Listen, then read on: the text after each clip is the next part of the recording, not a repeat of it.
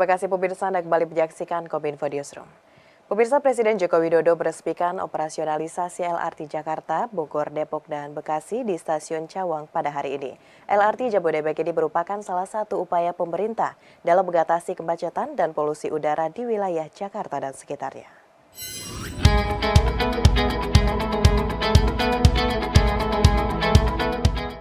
Presiden Joko Widodo meresmikan operasionalisasi lintas raya terpadu Jakarta, Bogor, Depok, dan Bekasi di Stasiun Cawang, Jakarta.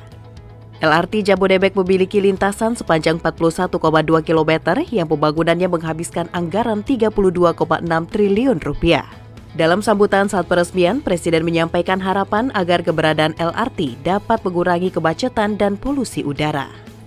Menurut laporan yang diterima Presiden, setiap hari 996.000 kendaraan masuk ke Jakarta, sehingga menyebabkan kemacetan dan polusi, sehingga Jakarta selalu masuk dalam 10 kota termacet di dunia. Presiden mengatakan memang tidak mudah beralih ke transportasi massal.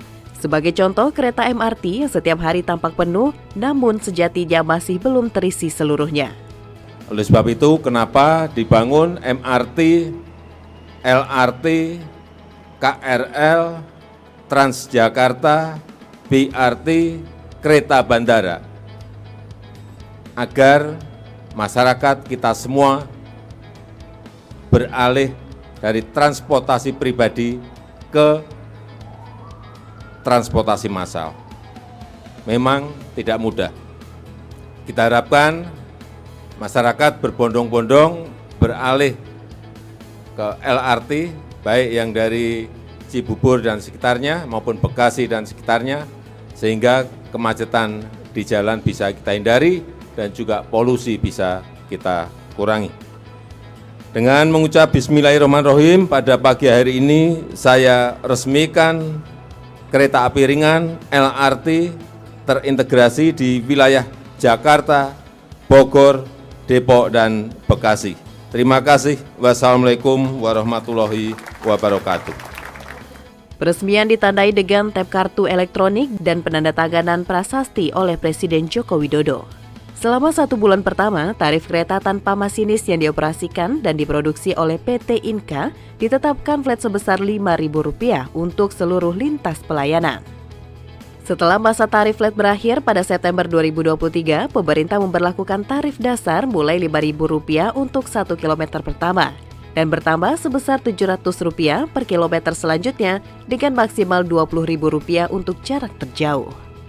Skema tarif ini mulai diberlakukan pada awal Oktober 2023 sampai dengan akhir Februari 2023. Pemirsa, Piala Dunia Olahraga Bola Basket 2023 atau FIBA World Cup 2023 resmi digelar di Indonesia. Bersama Jepang dan Filipina, Indonesia terpilih menjadi tuan rumah ke-19 dalam gelaran yang dilaksanakan 4 tahunan tersebut.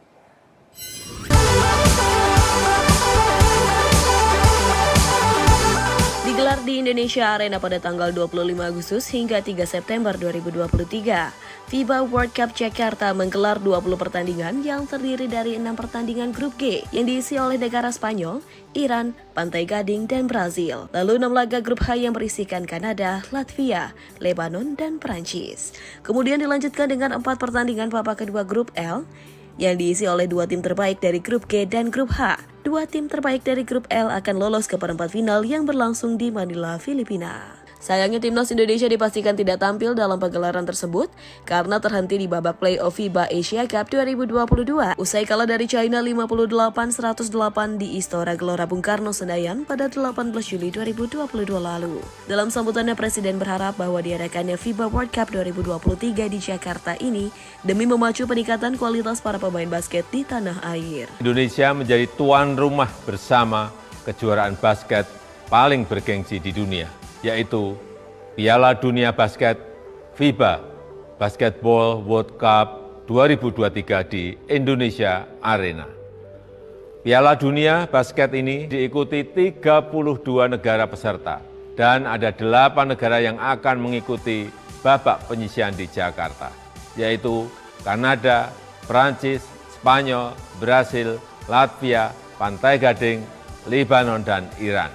Tentunya ini kesempatan yang sangat baik bagi masyarakat dan dunia basket di tanah air, menyaksikan langsung dari dekat aksi pemain-pemain basket dunia dan pertandingan-pertandingan kelas dunia.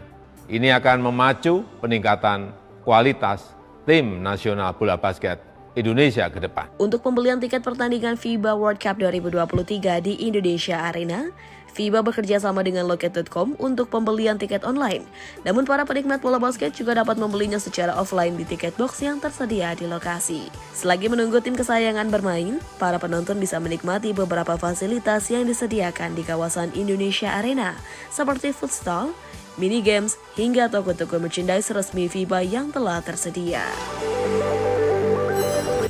Kementerian Pariwisata dan Ekonomi Kreatif kembali menggelar Anugerah Desa Wisata Indonesia atau ADWI. Pada tahun ini, ADWI mengangkat tema Attribute from Indonesia to the World. Dengan target Desa Wisata Indonesia tahun 2023 mampu menjadi pariwisata Indonesia berkelas dunia.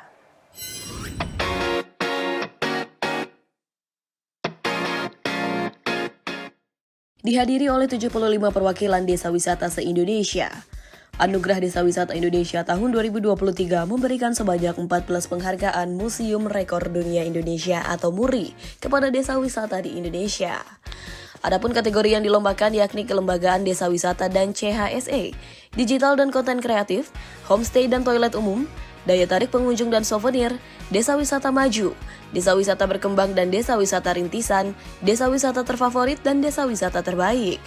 Menteri Pariwisata dan Ekonomi Kreatif Sandiaga Uno menyebutkan, melalui ADWI Desa Wisata memiliki wahana promosi untuk menunjukkan prestasi desa-desa wisata di Indonesia kepada wisatawan Nusantara maupun wisatawan mancanegara, mendorong daerah untuk menciptakan desa wisata baru. Pada tahun 2023 ini sudah terdaftar sebanyak 4.573 desa wisata di Indonesia, dan sementara itu Kemenparekraf menargetkan pada tahun 2024 akan ada 6.000 desa wisata di Indonesia. Hal tersebut dikarenakan semakin yakin bahwa desa di Indonesia yang semakin mendunia, maka akan semakin meningkatkan perekonomian dan citra Indonesia di kancah internasional. Sementara beberapa desa wisata yang menjadi pemenang dalam ADWI 2023 seperti Desa Wisata Muntei di Sumatera Barat menjadi juara 1 kategori daya tarik pengunjung. Desa Wisata Tarajo di Tasikmalaya juara 1 kategori digital dan kreatif, Desa Wisata Leboi kategori kelembagaan dan CHSE. Tapi malam ini saya pastikan tahun depan akan ada lagi desa wisata. Dan para influencer yang udah membantu mempromosikan desa wisata, ada Atta, ada Torik, luar biasa. Dan para mitra strategis yang sudah membantu mensukseskan program ini bersama-sama. Dan ini adalah catatan tentang, bukan hanya tentang program pemerintah, tapi ini perjalanan spiritual kita. 3 tahun bersama-sama berjuang membangkitkan ekonomi dari desa. Bersama masyarakat desa yang semangatnya sungguh luar biasa. Dan saya semakin yakin bahwa ternyata bukan Indonesia yang membangun desa, tapi desalah yang membangun Indonesia. Kita ke informasi lainnya pemirsa, Kementerian Kesehatan membentuk Komite Penanggulangan Penyakit Respirasi dan Dampak Polusi Udara sebagai salah satu langkah penanganan polusi udara yang makin memburuk di wilayah Jabodetabek.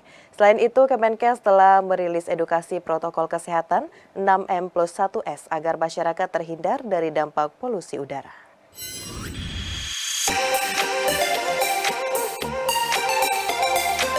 Kementerian Kesehatan Republik Indonesia membentuk Komite Penanggulangan Penyakit Respirasi dan Polusi Udara sebagai respon atas dampak situasi polusi yang kini sedang terjadi di wilayah Jabodetabek dan sekitarnya.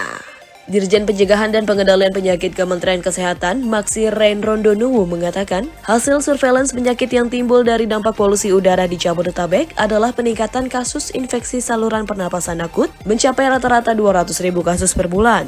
Dirjen P2P Kemenkes Maksi mendelegasikan tugas kepada komite tersebut yang sesuai dengan tugas pokok dan fungsi Kemenkes berupa melakukan edukasi kepada masyarakat terkait bahaya polusi bagi kesehatan serta upaya pencegahan.